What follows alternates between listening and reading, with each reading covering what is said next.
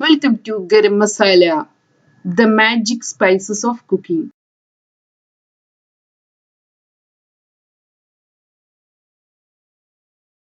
ചേന പുളിശ്ശേരി അല്ലെങ്കിൽ ചേന മോരുകറി.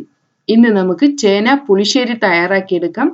ഇത് റൈസിന്റെ കൂടെ നല്ലൊരു കോമ്പിനേഷൻ ആണ്.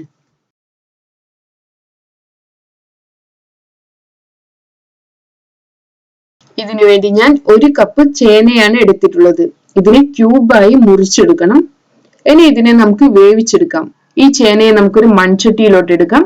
ഇതിലോട്ട് 1/2 ടീസ്പൂൺ മഞ്ഞൾപ്പൊടി, ആവശ്യത്തിന് ഉപ്പ്, 1 കപ്പ് വെള്ളം ഇവ ഒഴിച്ചു കൊടുക്കാം. നമുക്കിതിനെ നന്നായി മിക്സ് ചെയ്തെടുക്കണം. ഇനി നമുക്കിതിനെ അടച്ചു വെക്കാം. ഇനി നമുക്ക് ഗ്യാസ് ഓൺ ചെയ്യാം. നമ്മുടെ ചേന കുക്കായി വന്നിട്ടുണ്ട്. വെള്ളമെല്ലാം വറ്റി വന്നിട്ടുണ്ട്.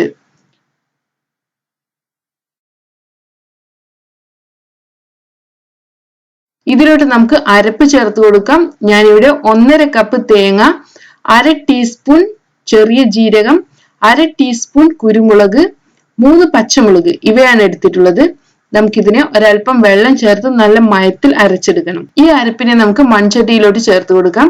ആവശ്യമെങ്കിൽ ഈ ചേനയുടെ ക്യൂബ്സിനെ ഒന്ന് മാഷ് ചെയ്തെടുക്കാവുന്നതാണ്. ഇതിൽ വെള്ളം ഒഴിക്കേണ്ട ആവശ്യമില്ല.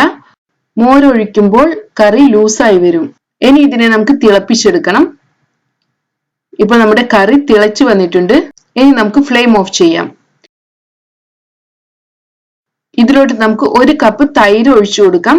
തൈരിന്റെ പുളിക്ക് അനുസരിച്ച് 1 കപ്പ് മുതൽ 1.5 കപ്പ് വരെ ഒഴിച്ചു കൊടുക്കാവുന്നതാണ്. ഗ്യാസ് ഓഫ് ചെയ്തതിനു ശേഷം മാത്രമേ തൈര് ഒഴിച്ചു കൊടുക്കാവൂ.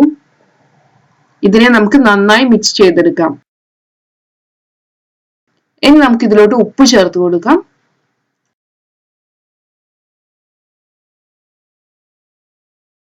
അവസാനമായി നമുക്ക് കുറച്ച് കറിവേപ്പില കൂടെ ചേർത്ത് കൊടുക്കണം. നമ്മുടെ കറിക്ക് നല്ലൊരു ഫ്ലേവർ കിട്ടുന്നതിന് വേണ്ടിയാണ് ഇങ്ങനെ ചെയ്യുന്നത്. ഇനി നമുക്കിതിനെ അടച്ചു വെക്കാം. അടുത്തതായി നമുക്ക് വറവ് തയ്യാറാക്കിയെടുക്കണം. ഇതിനു വേണ്ടി നമുക്കൊരു പാൻ ചൂടാക്കിയെടുക്കാം. ഇതിലോട്ട് 2 ടേബിൾ സ്പൂൺ വെളിച്ചെണ്ണ ഒഴിക്കാം. ഇനി 1 ടീസ്പൂൺ കടുക് ചേർത്ത് പൊട്ടിച്ചെടുക്കണം. കടുക് പൊട്ടി വരുമ്പോൾ ഇതിലോട്ട് 1/2 ടീസ്പൂൺ ഉലുവ, 3 വറ്റൽമുളക് ഇവ കൂടെ ചേർത്ത് കൊടുക്കാം.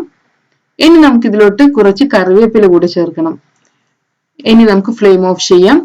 ഈ വറവിനെ നമ്മൾ തയ്യാറാക്കി വെച്ചിട്ടുള്ള പുളിശ്ശേരിയിലോട്ട് ഒഴിച്ചു കൊടുക്കാം.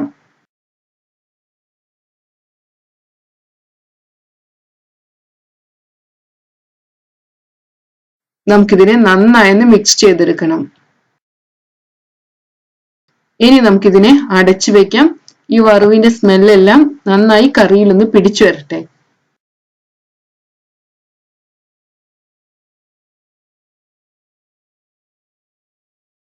അങ്ങനെ നമ്മുടെ സ്വാദിഷ്ടമായ കേരള നാടൻ ചേന പുളിശ്ശേരി തയ്യാറായിട്ടുണ്ട്. നമുക്കിതിനെ ചൂട് ചോറിന്റെ കൂടെ സെർവ് ചെയ്യാം. Thank you.